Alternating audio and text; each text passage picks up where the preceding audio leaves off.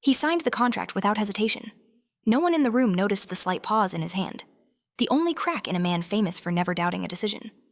The deal was simple: one name, one sacrifice, and his empire would remain untouched, power preserved, enemies erased. Then his phone vibrated. One message, no sender, no explanation. She's pregnant.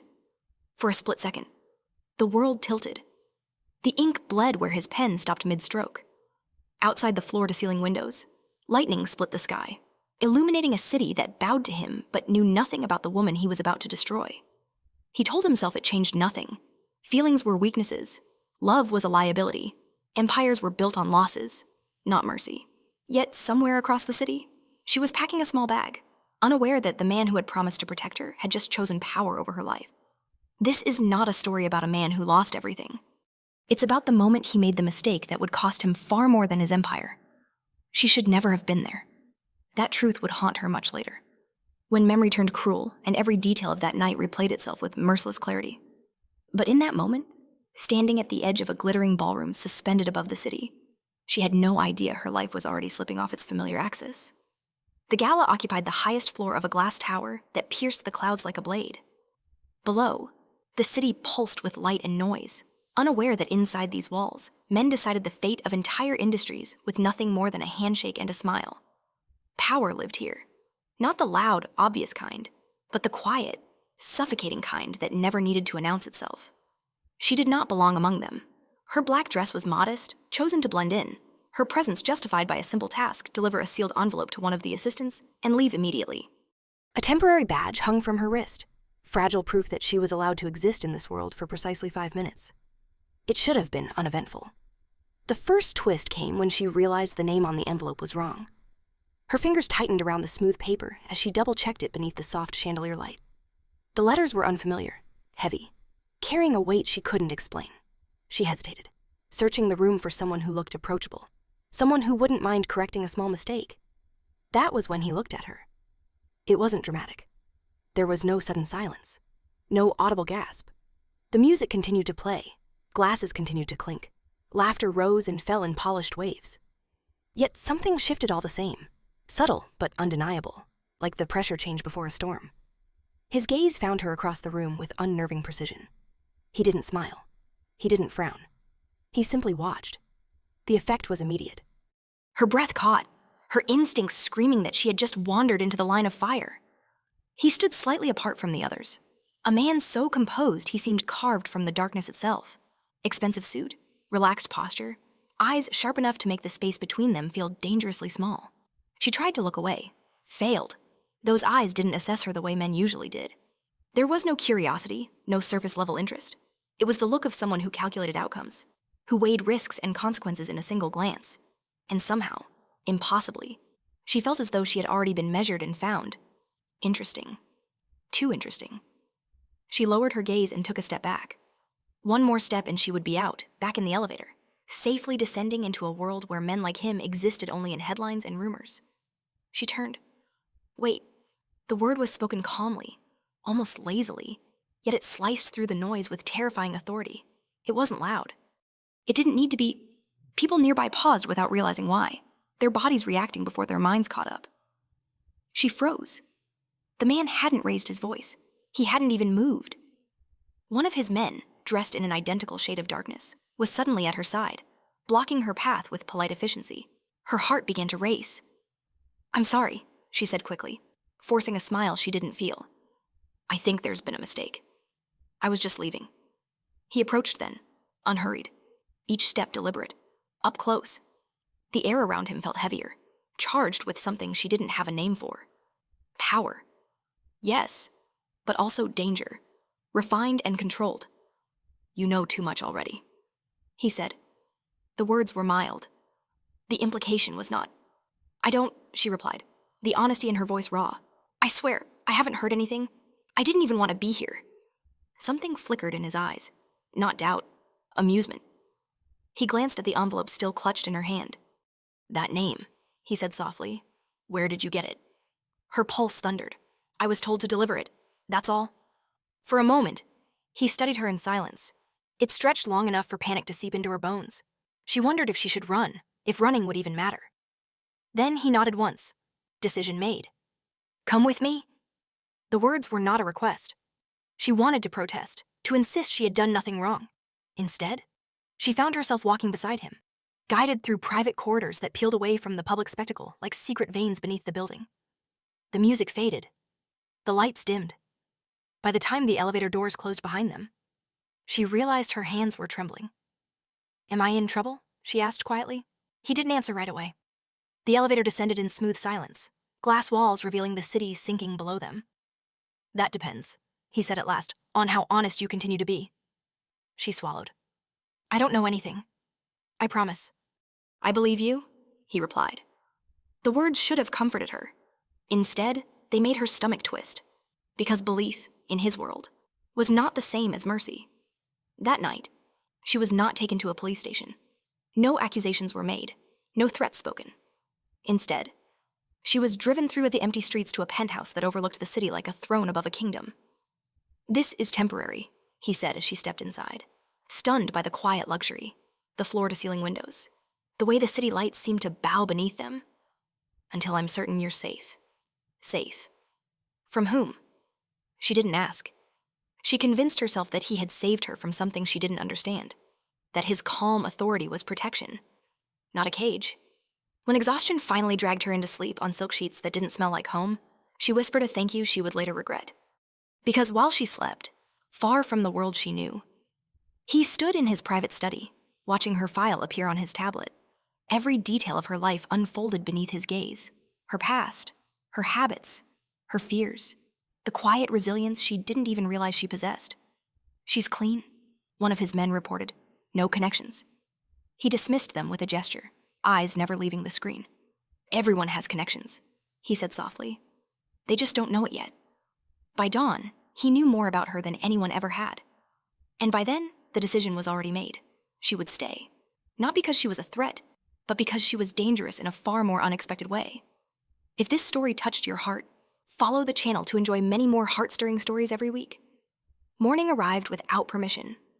Soft light crept through the sheer curtains, touching the edges of a room that felt more like a hotel suite than a place she was meant to stay. The silence was unsettling, too complete, as though the city itself had learned not to disturb the man who owned this height, this view, this world. She woke slowly, disoriented, her body stiff with the memory of unfamiliar surroundings. For a moment, panic surged. Then she remembered the calm voice, the controlled gaze, the way he had said temporary as if the word carried weight. She sat up, feet brushing against a cold marble floor.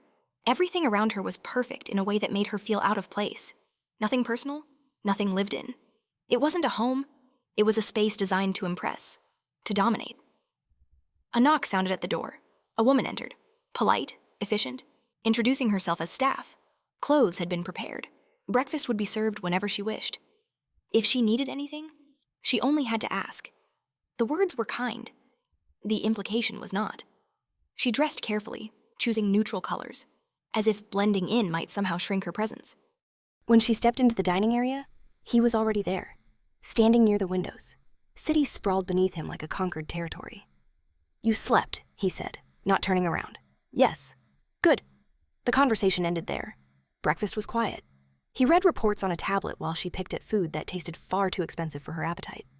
Every so often, she felt his attention brush against her without warning, a silent reminder that she had not been forgotten. You can leave today, he said suddenly. Her fork froze midair. Relief rushed through her so fast it made her dizzy. I can, for now. He finally looked at her, expression unreadable. But until I'm certain no one is using you to get to me, I need to know where you are, who you speak to, where you work. The relief faltered, reshaping itself into something sharper. I'm not involved in anything, she said carefully. I wouldn't even know how to be. I know, he replied. That doesn't make you less useful to those who are. She wanted to argue, to tell him that her life was ordinary, painfully so, that she wasn't a pawn, wasn't special enough to matter. But his world did not run on feelings. It ran on possibilities. A car took her home later that morning. The driver didn't speak.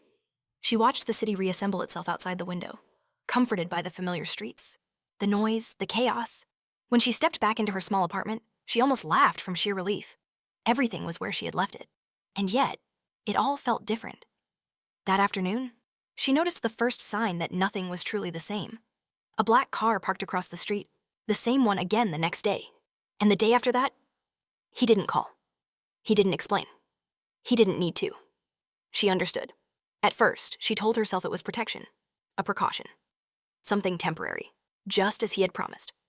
When a man brushed past her too closely on the subway one evening, she noticed how quickly he was intercepted. When an unfamiliar number rang her phone and hung up before she could answer. It never rang again. Invisible hands smoothed the dangers away before they could reach her. It was comforting. And that was the most dangerous part. He began to appear in her life without warning. A message asking where she was. A car waiting outside her office. Dinner invitations that sounded optional but never truly were. "You don't have to," she said once, standing outside a quiet restaurant as he held the door open. "I know," he replied. "You're still here." She didn't know when she stopped resisting, when the tension shifted into something quieter, heavier. He never touched her without permission, never raised his voice, never threatened her. Instead, he listened. Late nights turned into conversations stretched thin by exhaustion and guarded honesty. He spoke little about himself, but when he did, it was with a candor that felt earned rather than offered. She learned that he trusted very few people. That betrayal was not an abstract concept to him, but a scar that never quite healed. She saw the man beneath the empire in fragments, the rare smile that never reached his eyes, the way his jaw tightened when he thought no one was watching, the loneliness he carried like a discipline, against her better judgment. She began to care. She noticed the moment it happened, the way her pulse quickened when his name appeared on her phone, the way she found herself waiting for his messages, justifying his control as concern. He noticed too. "You're calmer lately," he said one night, watching her from across the table. "You trust me?" The truth slipped out before she could stop it. "You've never given me a reason not to." Something dark and unreadable passed through his gaze. That night, after he left, she lay awake replaying his words. Trust. The concept felt fragile in her chest, dangerous in its simplicity. What she didn't know was that while she was learning to trust him, others were learning how much she mattered. A meeting took place in a room she would never see. Her name appeared on another screen, spoken with interest. Then, intent. "She's close," someone said. He responded without hesitation. "She stays where I can see her." And for the first time since she had entered his world. His control wasn't about caution. It was about fear. Because somewhere between protection and possession, something had shifted. And whether he admitted it or not, the idea of losing her had begun to feel far more dangerous than any enemy he had ever faced. It began with a silence that felt wrong, for the first time since he had entered her life. An entire day passed without a message, without a car waiting outside her office, without the quiet, invisible presence she had grown accustomed to. She told herself it was nothing, that normality was returning, that this, finally, was what freedom felt like. Yet the absence unsettled her more than the surveillance ever had. That evening, rain streaked the city in silver lines as she returned to the apartment he had insisted she use whenever she felt unsafe. The building's lobby was empty, the air heavy with the scent of polished stone and faint electricity. When she reached the penthouse floor, something immediately felt off. The door to his study was ajar. She paused, heart stuttering. He had never left it unlocked before. Instinct told her to turn around, to leave the moment untouched. But curiosity, quiet and treacherous, rooted her in place. She stepped inside. The room was dim, lit only by the glow of a large screen still awake on the desk. Files were open, names, dates, photographs arranged with clinical precision. She recognized the format instantly. Background checks, psychological profiles, risk assessments. Her breath slowed as her eyes drifted across the screen. Then she saw her face. Not a single photo. Dozens. Taken at different times, different angles. Outside her apartment, leaving work. Sitting alone in a cafe she favored when she wanted to think. Each image stamped with dates that stretched back further than she wanted to believe. Her pulse roared in her ears. She scrolled down. Her name appeared again, this time beside words that stole the air from her lungs. Leverage potential. Emotional proximity. Unaware asset. The room seemed to tilt. She wasn't being protected. She was being positioned. A quiet sound behind her made her spin. He stood in the doorway, rain darkening his coat, his expression unreadable. The silence between them thickened, heavy with everything she had just learned. "How long?" she asked, her voice steadier than she felt. "How long have you been watching me?" His gaze flicked briefly to the screen before returning to her. Long enough to know you're safe. That's not what I asked. He closed the door behind him with deliberate calm. You weren't supposed to see that. The words struck harder than denial ever could. So it's true, she said. Every coincidence. Every protection. You didn't just stumble into my life. You planned it. I anticipated outcomes, he replied. You were one of them. Anger flared, sharp and unexpected. You talk about me like I'm a variable, not a person. Something tightened in his jaw. You walked into a place where people don't survive mistakes. I made sure yours didn't cost you your life, by turning me into a tool. His silence was answer enough. She stepped back, as if physical distance could restore something already broken. Did you ever intend to tell me? Yes, he said without hesitation. When it no longer mattered. The words hollowed her out. She laughed softly, the sound brittle. So I'm safe as long as I'm useful. That's not... Isn't it? She interrupted. Would you still be protecting me if I had no value to you at all for the first time? He didn't answer immediately. The pause stretched, revealing more than any confession. I never lied to you, he said finally. I just didn't tell you everything. Her hands curled into fists. That's worse. She turned to leave, but his voice stopped her again. Quieter this time. If you walk out now, you'll be exposed. She faced him slowly. And if I stay, you'll be safe.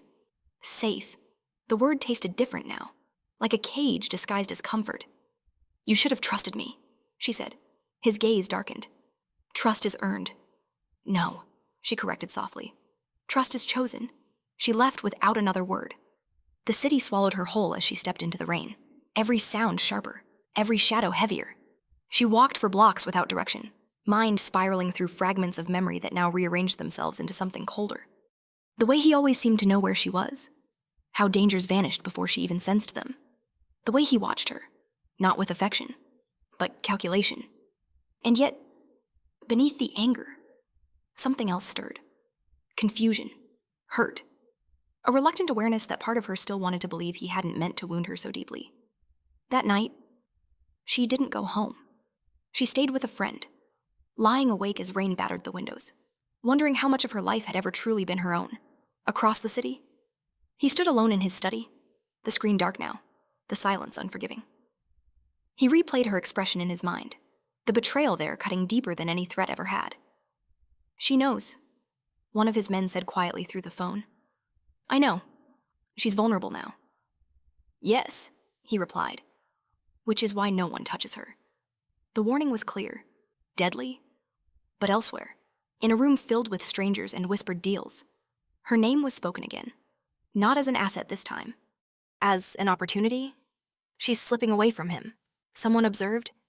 That makes her dangerous. And for the first time since she had stepped into his world. The danger surrounding her was no longer something he could fully control, because secrets had a way of turning protection into weapons. And the one she had uncovered was already setting events in motion that neither of them could stop. She learned the truth too late. The first sign came as a sense of being watched again, sharper than before, stripped of the quiet restraint that had once surrounded her. The city no longer felt indifferent. Faces lingered a second too long. Footsteps echoed behind her, then vanished. Protection had returned. But it no longer felt like his. He didn't answer her messages. That, more than anything, unsettled her. Days passed in a tense, fragile calm. She tried to reclaim her routine, to convince herself that leaving his penthouse had been the right choice. Yet the world had shifted. Once you glimpsed how power moved behind closed doors, it was impossible to unsee it. Every shadow seemed deliberate. Every coincidence felt staged. Then the call came. An unfamiliar number. A calm voice requesting a meeting. Not a threat, not an invitation. A statement. The kind that assumed compliance because refusal had already been accounted for. She should have run. Instead, she went. The location was neutral. Public enough to feel safe. Private enough to isolate her. A quiet lounge tucked beneath a hotel. Its windows tinted, its music low. She arrived early. Nerves coiled tight beneath her skin. When the man approached, she recognized him instantly. He was one of his. The realization landed like ice in her veins. You shouldn't be here, she said, standing. You shouldn't have left. He replied evenly. This is about keeping you alive. Where is he, she demanded. The man hesitated, just long enough to tell her everything she needed to know. He's handling a situation. She laughed bitterly. I seem to be the situation. The world fractured moments later. Hands closed around her arms from behind. Swift and precise. She fought, panic surging, but the grip was unyielding. The man in front of her didn't flinch. "This will be easier if you don't resist," he said. Her heart slammed against her ribs. He wouldn't do this, she whispered, more to herself than to them. No one contradicted her. She was ushered through back corridors, down into a parking structure where a black vehicle waited with its engine running. The door opened. She was guided inside. The city disappeared as the car pulled away, streetlights blurring into streaks of white and gold. She waited for him to stop it, for his voice, for an order, for anything. Nothing came. By the time the car stopped, fear had settled into something heavier, more final. She was led into a room stripped of comfort, lit by a single overhead lamp. It wasn't a prison. It didn't need to be. The walls were clean, the chairs plain, the silence oppressive. The door opened again. He entered without ceremony. Her breath caught at the sight of him. Relief surged, sharp and painful. "You came," she said, standing. He didn't meet her eyes. "I need you to listen carefully," he said. Something in his tone made her chest tighten. "Why am I here?" He exhaled slowly, as if choosing his words from a limited supply. "There's pressure on my organization. Someone believes you're leverage." She stared at him. "Because you made me leverage." "Yes," he said simply. The honesty stunned her more than any denial could have. "I can fix this," he continued. "But I need them to believe you're no longer under my protection." Understanding dawned, cold and merciless. "You're going to give me to them," she said. He looked at her then, for a fleeting second. Something raw surfaced in his eyes. "I'm going to let them think they've won." Her voice trembled despite her effort to stay steady. "And what happens to me while you prove a point?" "You won't be harmed." "You don't know that." "I do," he replied. "Because I'll be watching every move they make." She laughed softly, disbelief cracking through the sound. "You said you'd keep me safe." "I am," he insisted. "This is the only way." "No," she said, tears burning behind her eyes. "This is the way you protect your empire." Silence fell between them, thick with everything he refused to say. "If you trust me," he began. She cut him off. "You lost that right." For the first time since she had met him. He didn't argue, he simply turned away. The door closed behind him with a finality that echoed through her bones. Hours passed, or minutes. Time lost its meaning in that room. She sat alone, replaying his words, searching for some hidden reassurance she might have missed. None came. When the door opened again, it wasn't him. It was strangers. They spoke politely, asked careful questions, tested her reactions. She answered little, guarding what remained of herself with growing resolve. Each minute stretched, anxiety sharpening into something dangerously close to resolve. They wanted her frightened, dependent, broken. They underestimated her. But the worst wound wasn't inflicted by them. It came later, when she overheard two voices beyond the door. He didn't even hesitate. One said, "He never does." The other replied, "That's why he always wins." The words shattered something inside her, not because they were cruel, but because they were true. When dawn came, she was released just as abruptly as she had been taken, left on a quiet street with no explanation, no escort, no apology. Her phone buzzed once, a message from him. "It's over. You're safe now." She stared at the screen, hands shaking, then slowly turned the device off. He never saw her walk away. He never heard the promise she made to herself as the city woke around her. She would never be powerless again. And if survival meant becoming someone he no longer recognized, then so be it. Across the city, he stood in a boardroom filled with men congratulating him on a decisive victory. His empire was intact, his enemies subdued. Yet the silence she left behind followed him, relentless. Because in choosing power, he had made a mistake no calculation could undo.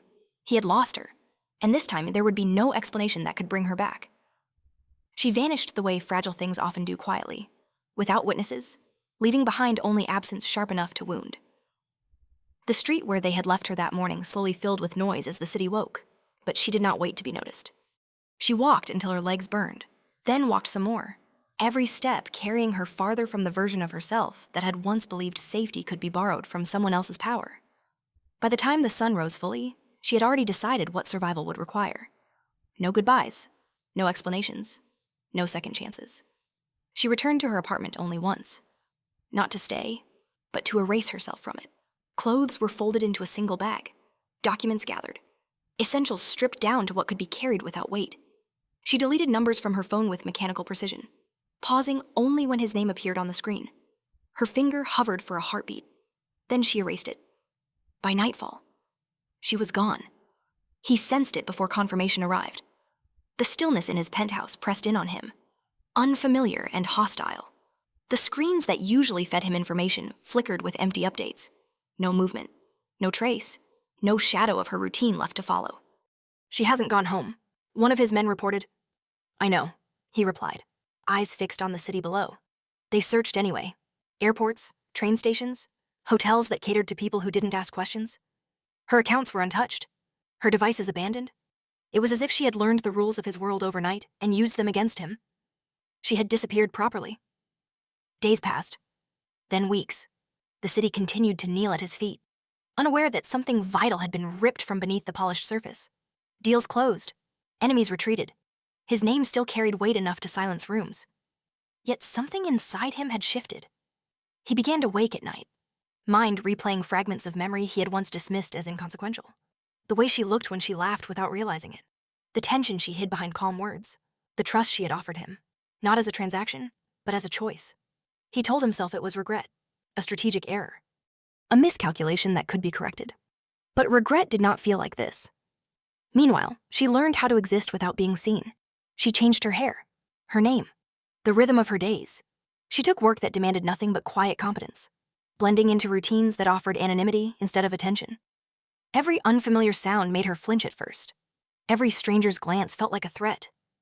But slowly, the fear sharpened into awareness. She learned to read rooms the way he had taught her without meaning to notice exits, to listen more than she spoke, to trust instinct over comfort. Vulnerability had nearly destroyed her. She would not make that mistake again. At night, memories crept in uninvited. His voice, low and controlled, the illusion of safety she had mistaken for care. She allowed herself exactly one moment of grief before pushing it away. He had chosen power. She chose survival. Back in the city, cracks began to form in his empire. It wasn't dramatic. No explosions, no public betrayals, just subtle shifts. Longtime allies hesitated. Deals required more reassurance.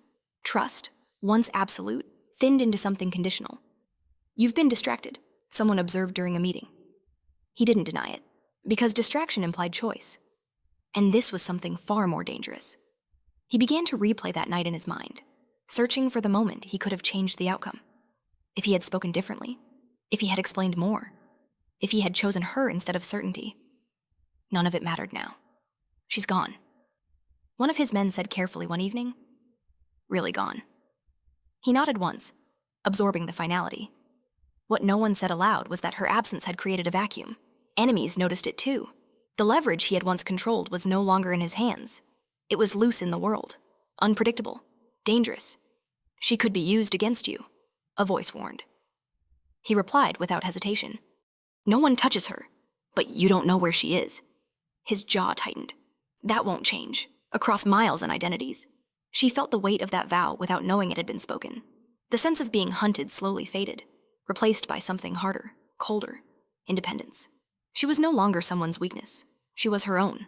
Yet fate has a way of circling back.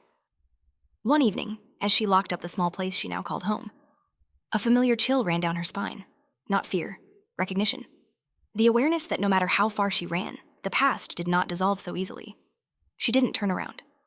And he, standing in a city that still belonged to him, stared at the skyline with a clarity he had never known before. Losing her had not broken him. It had taught him exactly what power cost. And somewhere deep beneath the calculations and control, something dangerous began to grow, not obsession, not regret, but a realization that arrived too late. The one thing he had never planned for was the strength of a woman who refused to remain his shadow. And when she resurfaced, as all unresolved things eventually do, neither of them would be the same. Power rarely collapses all at once. It erodes. At first, he noticed it only in margins small enough to dismiss. A delayed confirmation, a meeting rescheduled without explanation, a trusted ally who no longer met his eyes when speaking. His empire still stood. But the foundations had begun to shift, grain by grain, as if something essential had been quietly removed. He worked longer hours, slept less. Control had always been his cure for uncertainty. It no longer worked. The nights were the worst. Silence pressed in where her presence had once lingered. Uninvited, but constant. He found himself staring at city lights with no memory of how long he had been standing there, replaying a single moment again and again the way she had looked at him when she finally understood what he had done. Not anger. Disappointment. That was what unsettled him most. The first real fracture came during a negotiation he had already won. The numbers were solid, the leverage perfect, the outcome inevitable. And yet, halfway through, the opposing party leaned back and smiled. "You're distracted," the man said calmly. "That makes you predictable." The meeting ended without a signature. When he returned to his office, he demanded answers. Reports flooded in, dense with data and speculation. Somewhere between figures and names, a pattern emerged that made his blood run cold. She had never been the leverage they thought. She had been the bait. The realization struck with brutal clarity. The pressure on his organization had not been random. The timing of threats, the sudden interest in her, the insistence that she be used to draw enemies out. It had all been orchestrated to force his hand, to make him sacrifice something personal so they could measure his limits. And he had played his part perfectly. He shut the door to his office and stood very still, letting the truth settle like a weight against his lungs. He had believed he was controlling the game. Instead, he had revealed the only vulnerability that mattered. Him. She was the target. He said quietly when his most trusted lieutenant entered the room. The man hesitated. "Yes. How long did you know?" "Not until after she disappeared." Silence stretched between them, heavy and unforgiving. "Find who started it," he said at last. "Every connection, every whisper, and her." The question hung in the air. His jaw tightened. "She stays out of this." "She won't," the man replied carefully. "Not anymore," across the distance that separated them. She was learning a similar truth. Her new life had been built on caution and anonymity, but anonymity had limits. She began to notice the signs, first unfamiliar inquiries at work. A casual question asked one too many times. A coincidence that felt rehearsed. The world she thought she had escaped had not let her go. It was simply approaching more quietly now. One evening, she found an envelope slipped beneath her door. No return address, no message inside, only a photograph. It showed her, taken from across the street, entering the building where she worked. The date stamped in the corner was from that morning. Her hands trembled once, then steadied. Fear no longer ruled her. Understanding did. They hadn't stopped looking because he wanted to protect her. They had stopped because someone else wanted her found first. She burned the photograph and memorized every detail before the flames consumed it. Back in the city, the man who had once controlled everything began dismantling his own defenses. He severed alliances he no longer trusted, moved resources, disrupted patterns he himself had established. His inner circle watched with unease as he made decisions that sacrificed profit for discretion. Power for obscurity? You're weakening your position. Someone warned him. "No," he replied. "I'm correcting it." The truth was simpler than strategy. For the first time in his life, he was afraid. Not of losing power, not of death, but of what would happen if she was pulled back into a war she had never chosen. He traced her disappearance with renewed urgency, not to reclaim her, but to stay ahead of those who would use her to reach him. Each lead ended the same way she had been there, then gone. Always one step ahead. He should have felt pride. Instead, it felt like loss. When he finally located the network responsible for the initial pressure, the confirmation was damning. They had planned everything around one assumption that he would always choose his empire. They had been right. The knowledge settled into him with a quiet, corrosive certainty. He had believed himself ruthless because it was effective, because it kept him alive. But ruthlessness had a cost he had never calculated until now. It had cost him the only person who had looked at him without fear or ambition, and it had not even saved him. The final report arrived just after midnight. A confirmed sighting, a city name, a narrow window before the trail went cold again. He stared at the screen for a long time before closing it. This time, he didn't order surveillance. He didn't send men. He went alone. Not as a king reclaiming what he believed belonged to him, but as a man stepping into the consequences of his own choices, knowing that power could no longer protect either of them. And somewhere ahead, she stood on the edge of a truth that would change everything once more. Because when survival turns into strength, it becomes dangerous to anyone who once mistook you for disposable. And the next time they met, the balance between them would no longer be in his favor. She sensed him before she saw him. It was not instinct born of fear, but recognition, an awareness etched too deeply to be mistaken. The air felt heavier, charged with a familiarity she had trained herself to ignore. She was locking the door to the small office where she now worked when the feeling sharpened. Precise and undeniable. "You shouldn't be here." His voice came from behind her, low, controlled, unchanged by time. She closed her eyes for a brief moment before turning around. He stood a few steps away, dressed simply, stripped of the imposing armor she remembered. No entourage, no visible protection, just him, and the quiet tension coiled beneath his restraint. "You followed me," she said. "I didn't." He replied, "I found you." The distinction mattered to him. She heard it in his tone. Silence stretched between them, thick with everything they had never said. She noticed the lines etched deeper into his face, the exhaustion he no longer bothered to hide. He looked human. It unsettled her more than the version of him that had once ruled rooms with a glance. "You shouldn't have come," she said again, firmer this time. "You made your choice. So did you." Her jaw tightened. "I survived it." He studied her, eyes dark with something that bordered on reverence. "You changed." "I had to." She stepped past him, keys clenched in her hand, but he spoke before she could leave. "They're still watching you." She stopped. "Not because of me," he continued quietly. "Because you know too much now. Because you disappeared when they expected you to break." She turned slowly. "You didn't come here to warn me." "No," he admitted. "I came because I was wrong." The words landed heavier than any apology could have. She crossed her arms, guarding herself. "About what?" "About you," he said. "About what I thought I could control." A bitter smile touched her lips. "You controlled everything. And lost you anyway. For the first time." She saw something fracture behind his composure. Not guilt. Something deeper. Regret stripped of ego. "There's something you need to know," he said. "The night I let them take you, it wasn't to protect my empire." Her laugh was soft, hollow. "Don't insult me. It was to expose them." He continued. "They were already closing in. I believed if I let them think they had leverage, they'd reveal themselves. And I was acceptable collateral," she said calmly. "Yes," he answered without hesitation. "That's the truth." The honesty stunned her more than any justification would have. "But it didn't end there," he added. "They never intended to stop. You weren't leverage, you were the endgame." She felt the words settle slowly, rearranging memories she had tried to bury. The photograph, the questions, the quiet persistence of danger. "You knew," she said, "and you still let me walk away alone. I believed distance would keep you alive. And now I know it won't." The truth between them was sharp, unforgiving. She had built her strength on the idea that she no longer needed him. Admitting the danger meant admitting he still mattered. "I'm not going back," she said. "I'm not asking you to." The simplicity of the statement caught her off guard. "I'm not here to take control." He continued. "I'm here to end what I started." She searched his face, looking for manipulation, for the familiar calculation. What she found instead unsettled her far more. Resolve without ownership. "They'll come," she said quietly. "Whether you're here or not. I know. And if they do, I'll make sure they don't get you." Her voice softened despite herself. "At what cost?" He met her gaze without flinching. "Anything they take from me is already gone." The words echoed long after the silence returned.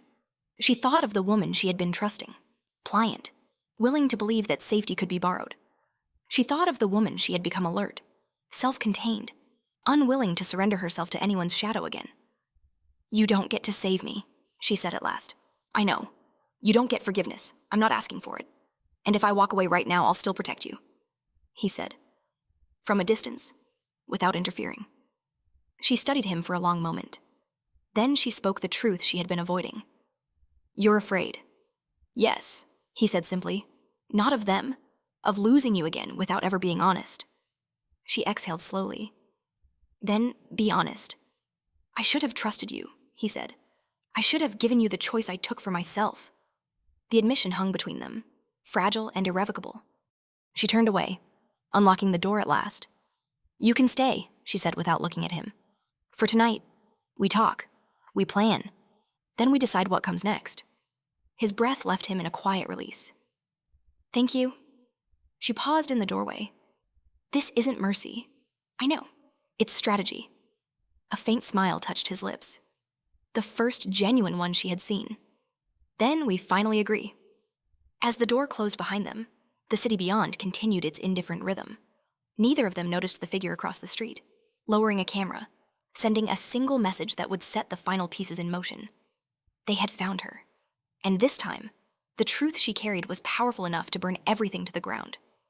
The apartment felt smaller with him inside it, not because of his presence, but because of what it represented. The past had crossed the threshold and refused to remain outside.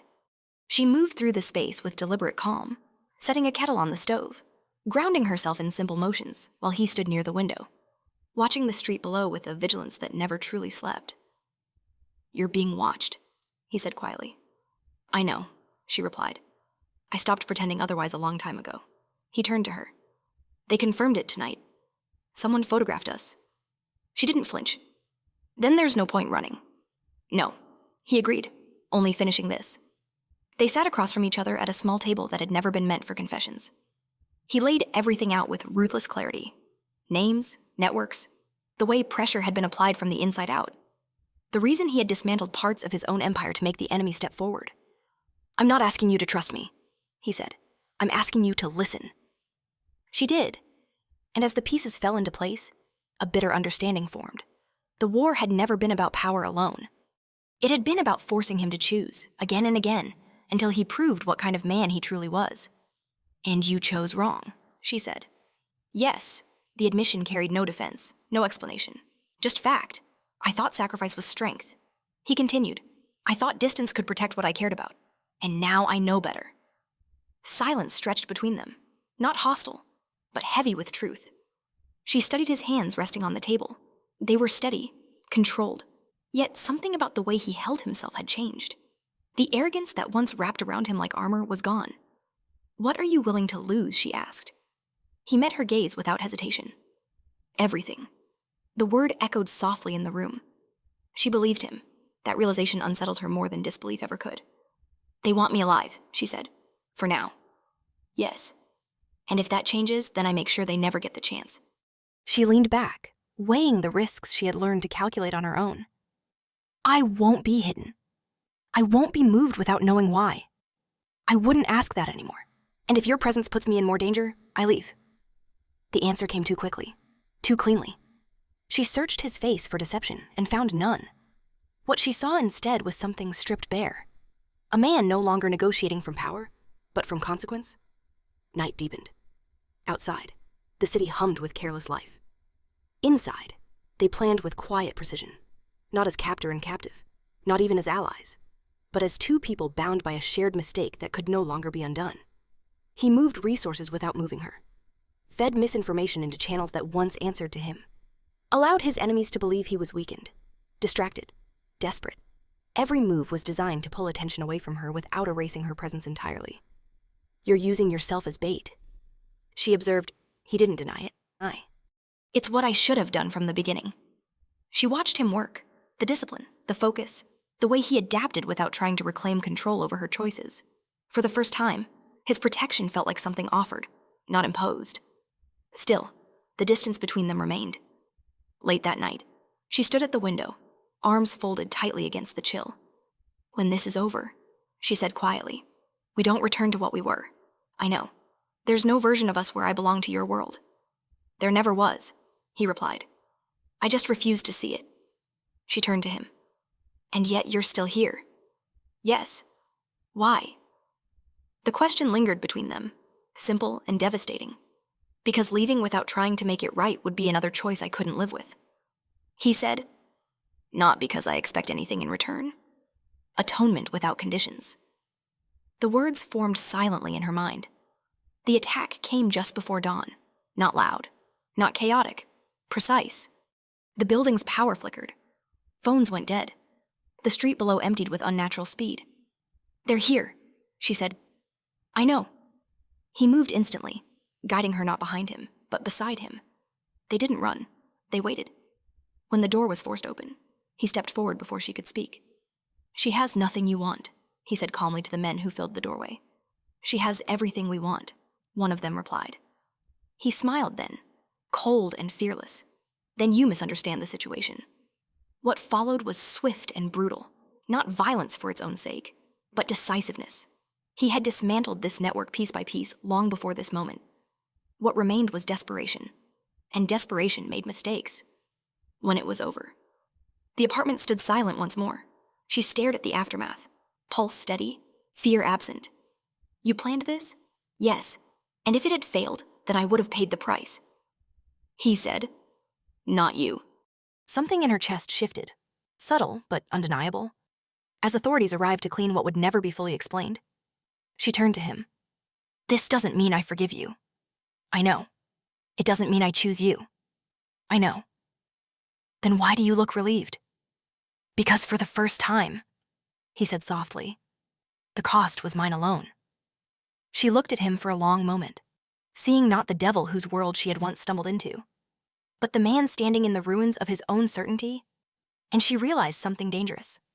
The power he had lost might never return, but the man he was becoming was far more unsettling than the one she had feared. The city did not collapse after the night everything changed. It continued breathing, indifferent as ever, as if empires did not fracture quietly in the dark, and people did not walk away from power they once worshipped. But for him, nothing remained the same. By morning, the consequences of his decisions had already begun to surface. Calls went unanswered. Meetings dissolved into silence.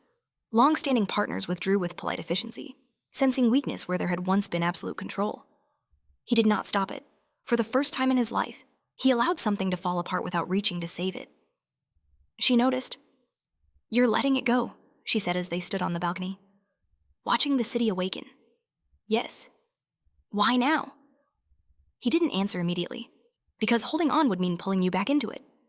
The words were simple, but the cost behind them was staggering. She understood what he was relinquishing, even if he refused to list it aloud.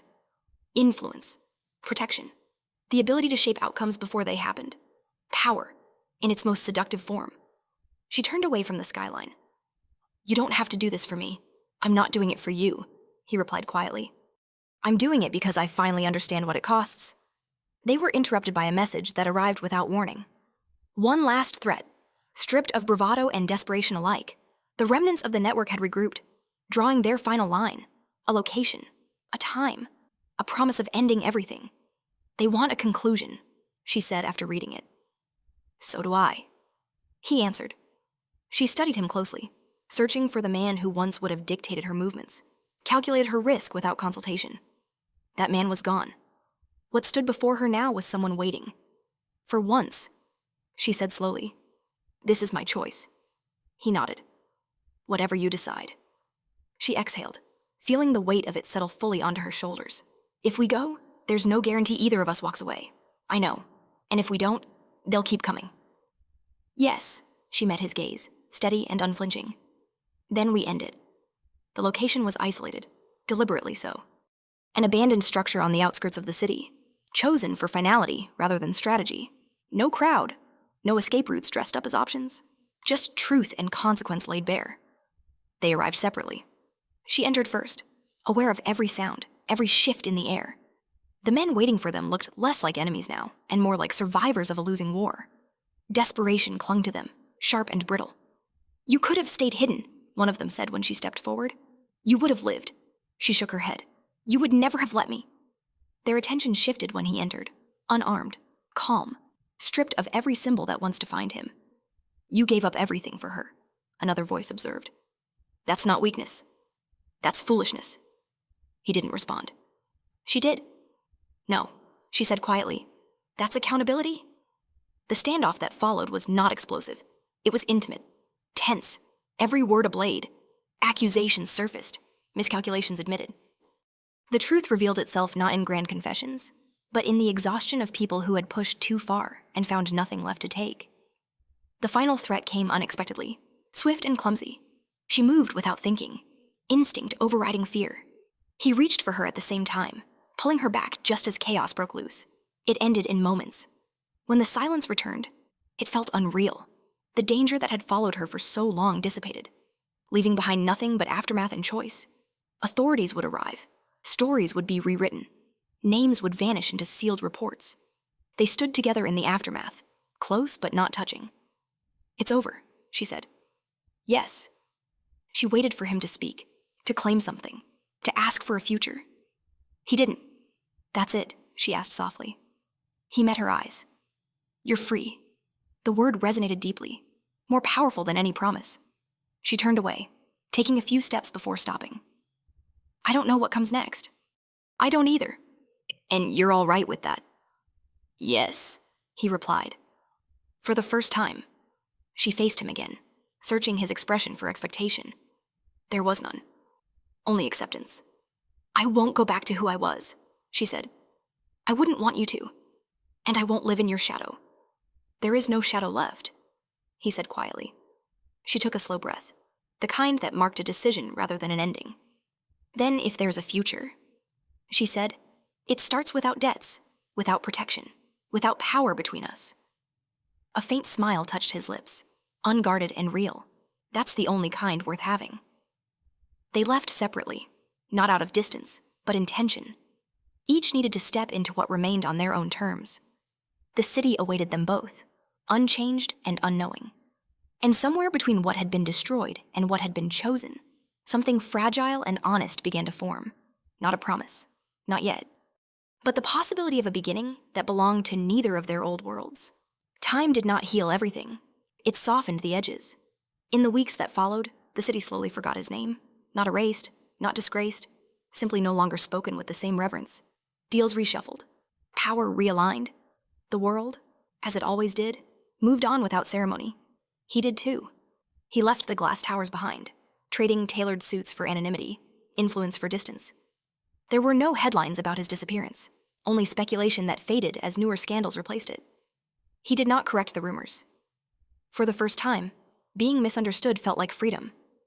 She watched him change from afar, not with longing, not with fear, but with a quiet awareness that something between them was still unresolved.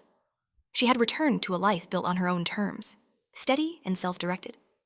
The danger was gone now, truly gone, leaving behind an unfamiliar calm that felt almost fragile.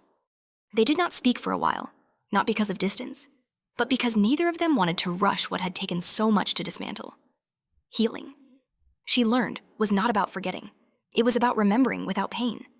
When he finally reached out, it was not with an apology or a request, just an invitation. Coffee? A public place? No expectations. She almost declined. Instead, she went.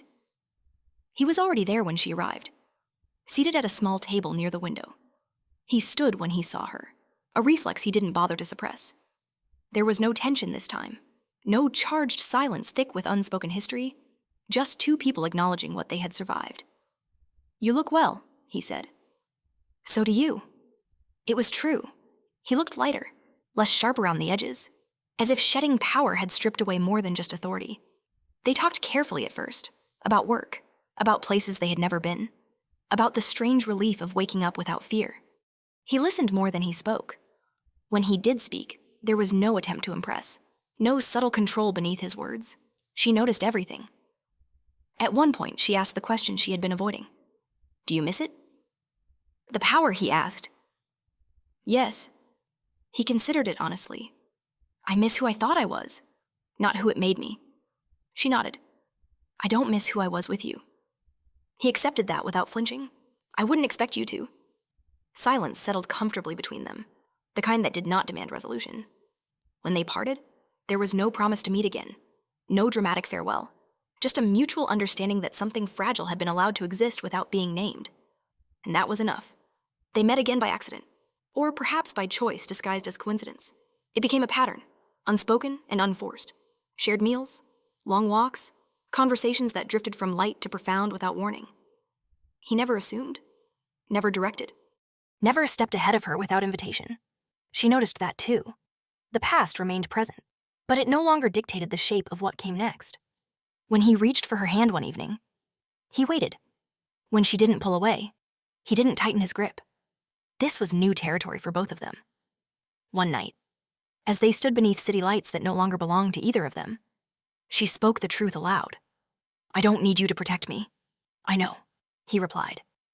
I don't want to be chosen because I'm precious. I know. And I won't stay if I ever feel owned again. He met her gaze, steady and open. You never were. The words settled into her chest, not as absolution, but as acknowledgement. Months passed. Their lives intertwined slowly, deliberately. There were no dramatic gestures, no declarations carved into the sky, just consistency, presence, the quiet courage of showing up without armor. One morning, she watched him make coffee in a small kitchen that belonged to neither empire nor illusion. Sunlight spilled across the floor, catching in the lines of his face, softening what had once been ruthless. "You're smiling," he said, glancing at her. "I was just thinking," she replied. "This isn't how I imagined happiness." "No," he agreed softly. "It's better." The realization startled her with its truth. Love, she learned, did not have to feel like gravity pulling her under. It could be something that stood beside her, equal and unafraid. He learned, too, that strength was not control, that devotion did not require sacrifice, that choosing someone every day was far more powerful than owning them ever could be. When they finally chose each other, it wasn't marked by a single moment. It was a series of small decisions that accumulated into certainty. She chose him not because he had changed for her, but because he had changed for himself. He chose her not because he needed redemption, but because with her, he no longer needed to be anyone else. The past remained a shadow behind them, but it no longer loomed overhead. Their ending was not loud. It was honest. And in a world that had once tried to tear them apart, that quiet truth was the happiest ending either of them could have imagined.